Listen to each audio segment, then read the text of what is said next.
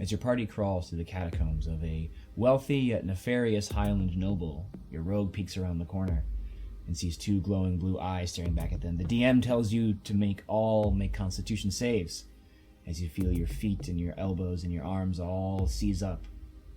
I'm RJ. And I'm Emme. Welcome back to the Bestiary, and today we're talking about the Basilisk. Oh, yes. One of our favorite little classical creepy crawlies. Very spooky. Very spoops. Okay, so from a nuts and bolts standpoint, this guy's pretty straightforward. He's a challenge rating 3, so this is something you're going to see early on in your campaign's time. He's pretty straightforward right up until you start to fail the checks against him. From the beginning, he's got pretty low intelligence, int of 2. So this is a monster. It's unaligned. It's not something that's really got a strategy to yet. Speed's only 20, so it's really slow. Its AC is 15. So he's naturally armored. He's a little bit hard to hit. And he can bite. He's poisonous. But we're kind of dancing around the main event here, which is the classic, he can turn you to stone. The DC is 12, it's a con save, so it's not super high, but if you fail that twice, you're rock now. You're a real fancy statue.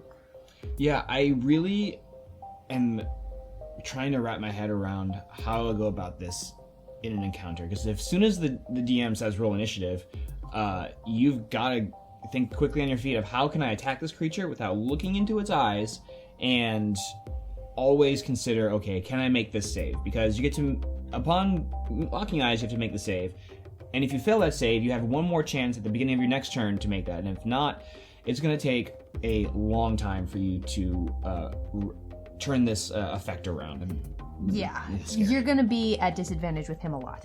Because if you're begun the petrification process, you are restrained, so your move is 0. And you're going to have disadvantage on all attacks against him. If you're not looking at him, you've got disadvantage against him.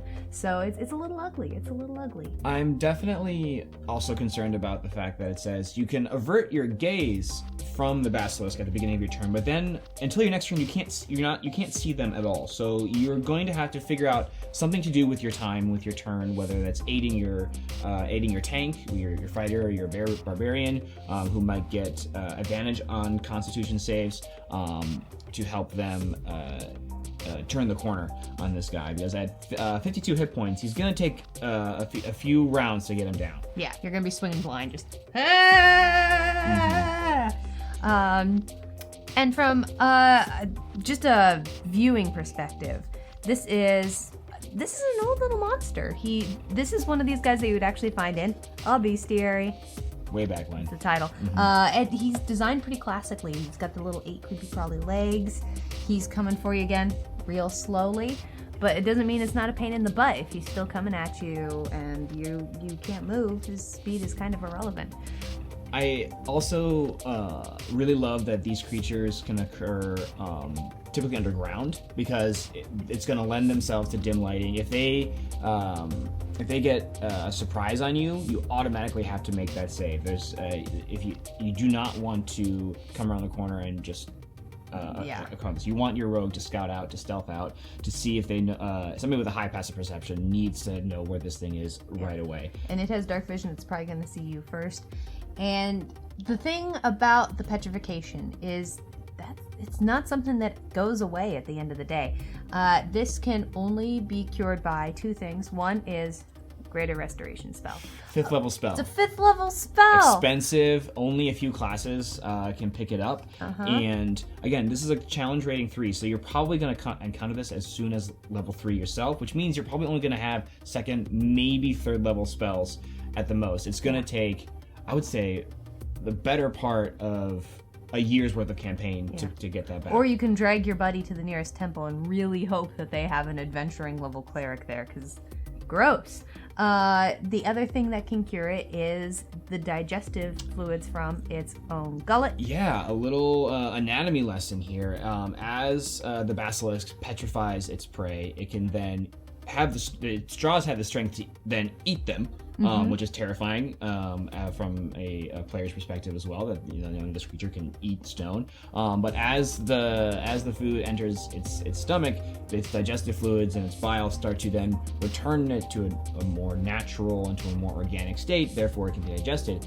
So, if you manage to kill one of these, and your party is knowledgeable in animal handling or in any type of medicine, and any knowledge in alchemy, you can go ahead and use some of those internal fluids to then revivify or return any affected members in your party or in the community, in a village who may have been affected by this. However, really good note, of course it kind of makes logical sense, that if you lose any like major vital body parts in this experience, that can't come back. You can't just stick it back and then it's good. Like if you lose an arm, if it petrifies you and it bites off your arm, you're going to lose an arm for the rest of your life. Yeah. It's just gone. It's not magical. It's just it's a clean break. So this guy can be a little bit gross, and especially because you might be fighting this guy in a cave. They are what's the word? Trainable. They can be domesticated. So you might fight this guy in a dungeon as well. You might fight its master too. So hopefully you meet this guy at a higher level. Yeah, basilisk eggs are really highly valued. They're rare creatures. So coming across a nest would be an incredibly fortuitous opportunity to either make some money or to start your own terrifying zoo of basilisks. Who knows what type of nefarious or infamous person might want to raise these as domesticated pets. Yeah. Ugh. Just make sure that if you meet this guy, turn that encounter into a business opportunity. Yeah, I mean, that's totally where your alchemist is going to come in handy. Like, if you picked up Eberron, The Last Rising, and you want to play around with the artificer or somebody who's, proficient with alchemy tools or wants to be the party's chemist, here's a chance to make some really cool potions or healing salves, what have you. It's kind of like your own little chemistry set. Yeah, absolutely. And that's going to do it for our discussion on the Basilisk today here on the Bestiary. Thank you so much for watching. Go ahead and click this link here to see our buddy Scott paint this wonderful Basilisk mini on Miniature Monday. It looks amazing. Oh man, detail work on this is fantastic. Go ahead and click the subscribe button if you want to see more of our videos coming up. Next time we're going to have a really great video on the Behir for you to watch. You don't want to miss this one. Thanks. See ya.